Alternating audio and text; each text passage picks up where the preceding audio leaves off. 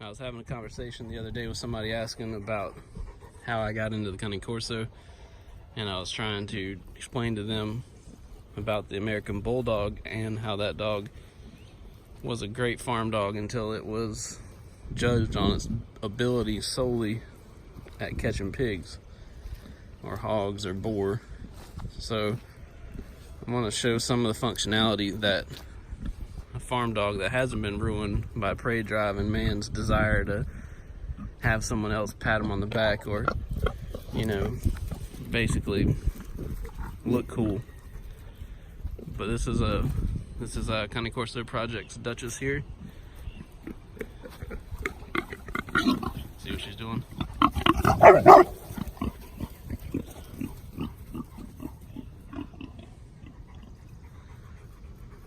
So, as a farmer, you know, we're just a hobby farm, but we pretty much set our place up like the old Italian farmer would have had their place. Not a big commercial operation. You have a few pigs, chickens, or whatever you're gonna need to eat throughout the year. And then you have a dog that works with you.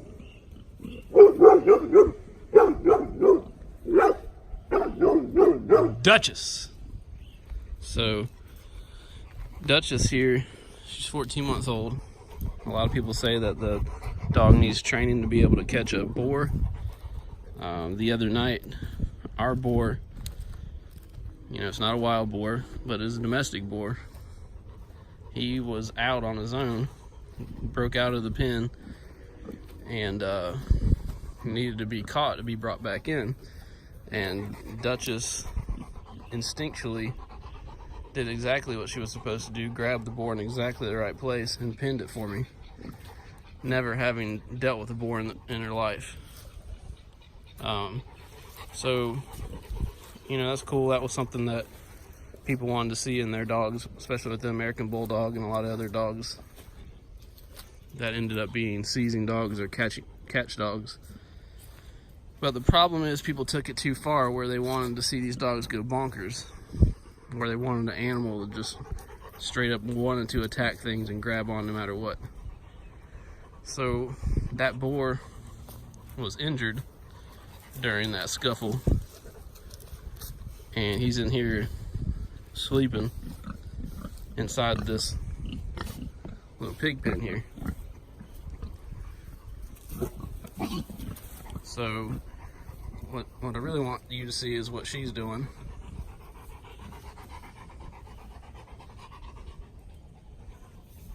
Barney. Hey, buddy. Alright, bud. Go back to sleep. So he's on medicine.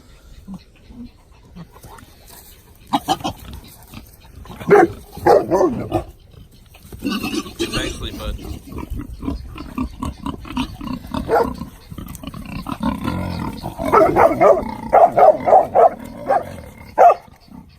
Okay, so what she's being right now is an antagonist. In my opinion, that's perfect. Because you don't want a damn dog when you're trying to work with your livestock. Well, I'm trying to check on Barney here. That's gonna go ape shit and just straight up attack them. But what she is doing is she's staying with me and she's recognizing the threat. Because these pigs, I don't know if you've ever been around pigs, but pigs stick together and they know that Barney's in there hurting. So they're gonna protect him.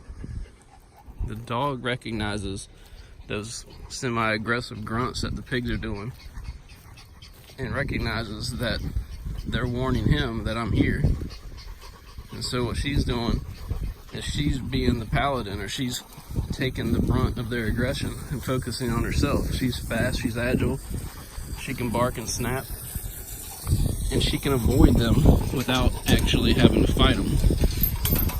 And a lot of people in today's world, that's dictated by puppy sales and being, you know, look how brave my dog is. They want to see a dog that just straight up engages and bites onto something.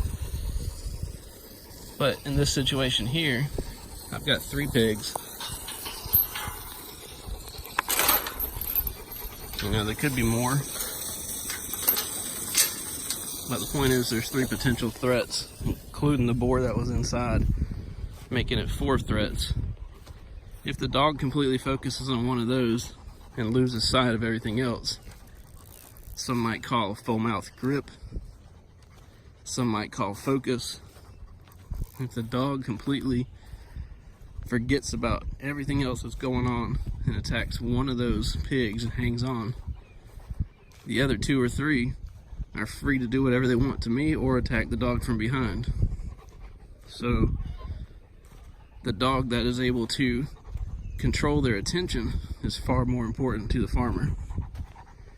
And this is not to be looked at as a dog that's afraid to engage.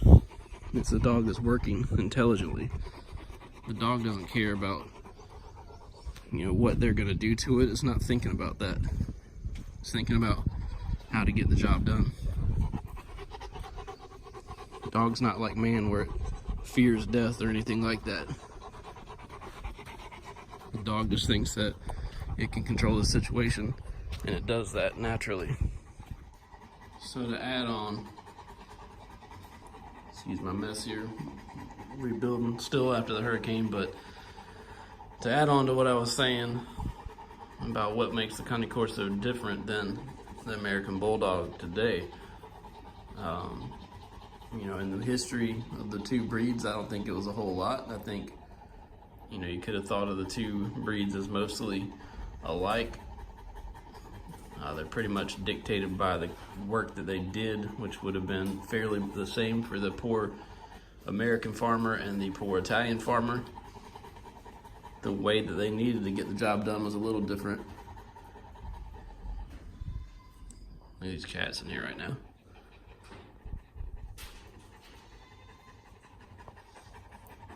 So anyways, the work they needed to do was slightly different, which would have changed their drives a bit, but for the most part, you know, the able-bodied dogs shaped in the same fashion, same kind of heads, you know, same bodies, same size dogs for the most part. What is important to preserve in the Cane Corso today is what I call pack drive, where the dog puts his master and its pack ahead of its own needs. This is something that you would have seen the curators of our breed mention when they say that the Cane Corso thinks of its master as its world, you know, its most prized possession.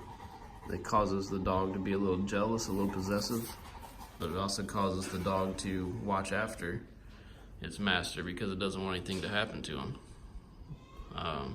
So it's always worried about that.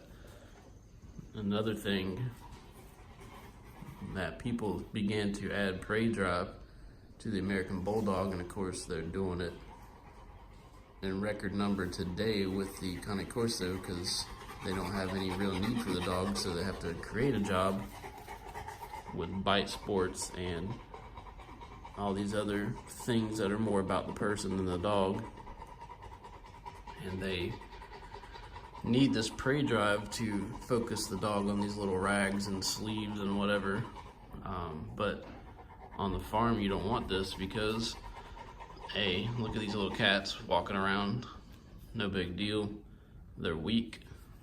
The correct Cane Corso doesn't care about messing with weak things. When we were outside in the pig pen, you could see that when the pigs ran the other direction, the dog recognized that she had done what she was supposed to do.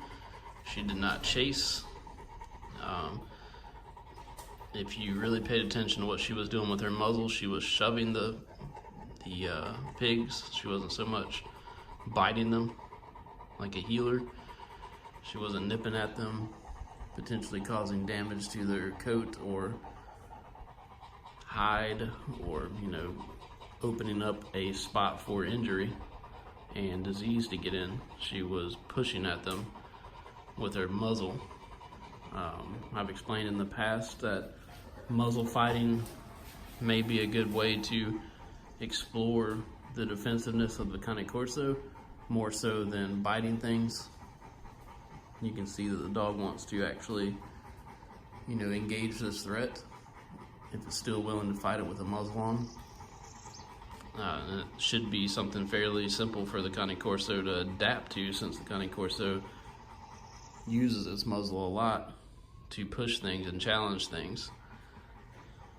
So the Cane Corso, as told to us, should be not turned on by the flight, but should be turned on by the fight. And the American Bulldog was this way too, before the introduction of man's ego and the need to chase after things and, you know, go bonkers and just straight attack something and hang on to it. Cane Corso can do this, but that animal needs to be fighting.